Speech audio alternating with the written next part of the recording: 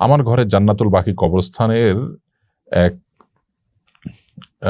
MS মাটি আছে, এতে কি আমার কোনো গুনাহ হবে? জান্নাতুল বাকি কবরস্থানের মাটি আপনি কেন এনেছেন? পরিমাণে অল্পই হোক না কেন, আমরা অনেকেই না জেনে এই কাজগুলো করে ফেলি। আমরা মনে রাখতে হবে যে কোনো জায়গার মাটি নিয়ে আসলে আমাদের কোনো কল্যাণ হয়ে যাবে, এই বিশ্বাস করবার কোনো কারণ নেই। সাহাবা ইকরাম অনেকে এ জাতীয় বিষয়ে অনেক বেশি কঠোরতা অবলম্বন করতেন। বিশেষ করে আব্দুল্লাহ ইবনে ওমর রাদিয়াল্লাহু আনহু অনেক সাহাবীদেরকে দেখা যায় যে তারা অনেক বেশি কঠোরতা অবলম্বন করতেন। নবী করিম সাল্লাল্লাহু আলাইহি ওয়াসাল্লাম স্মৃতির বিরুদ্ধে একটি গাছ কেটে ফেলেছেন তিনি, এবং অজুহাত দিয়েছেন বা কারণুল হিসেবে উল্লেখ করেছেন যে এইটাকে মানুষ একটা সময় যেভাবে মানুষ এখন থেকে সেটাকে অনেক বেশি শ্রদ্ধা করা শুরু করেছে, মনে হচ্ছে একটা সময় পুজো করে বসতে পারে। শিরকের ব্যাপারে একজন মুসলিম সর্বোচ্চ সতর্ক থাকবেন এবং তিনি ভয় থাকবেন। নবী করিম সাল্লাল্লাহু আলাইহি ওয়াসাল্লামের স্মৃতিতে কল্যাণ রয়েছে, সন্দেহ নেই। সাহাবা ইকরামের স্মৃতিতে কল্যাণ আপনার বরাকা রয়েছে, সন্দেহ নাই। কিন্তু সেটাকে যদি আমাদের পুজোর মতে আমরা করতে থাকি, সেটা অনুচিত হবে।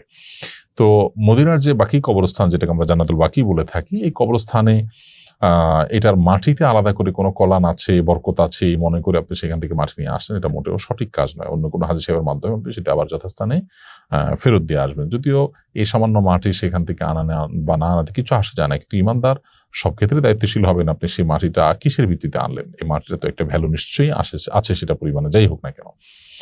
আর দ্বিতীয় কথা হলো যে মাটিতেই যে বারাকা বা কল্যাণ রয়েছে এমনটি মনে করে বিশ্বাস করে যেটা আপনার অনেক উপকার করবে, এরকমটি বিশ্বাস করে রাখবার আসলে কোনো কারণ নেই।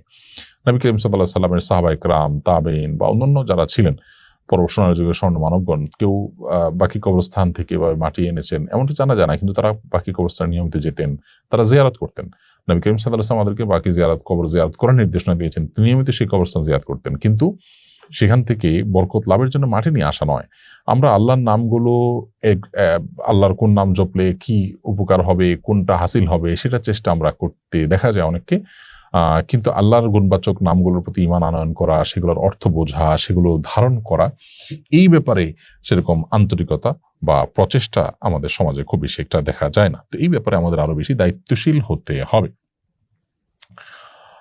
তাছাড়া বাকি কবরস্থান, যে কবরস্থানে আমরা যেরকম একজন ইমানদার হিসাবে সাহাবা ইকরামের কবরের কথা জানি, নবী সাল্লাল্লাহু আলাইহি ওয়াসাল্লাম পরিবারের সদস্যদের কবরের কথা জানি, আবার এই কবরস্থানে কিন্তু ইসলামের ইতিহাসের আগে বহু অমুসলিমের কবর এখানে হয়েছে, অর্থাৎ বাকি কবরস্থানটি অনেক পুরাতন একটি কবরস্থান। অতএব এই কবরস্থানে মাটি নিয়ে আসলেই যে কল্যাণ হয়ে যাবে এমনটি মনে করার কোনো কারণ নেই।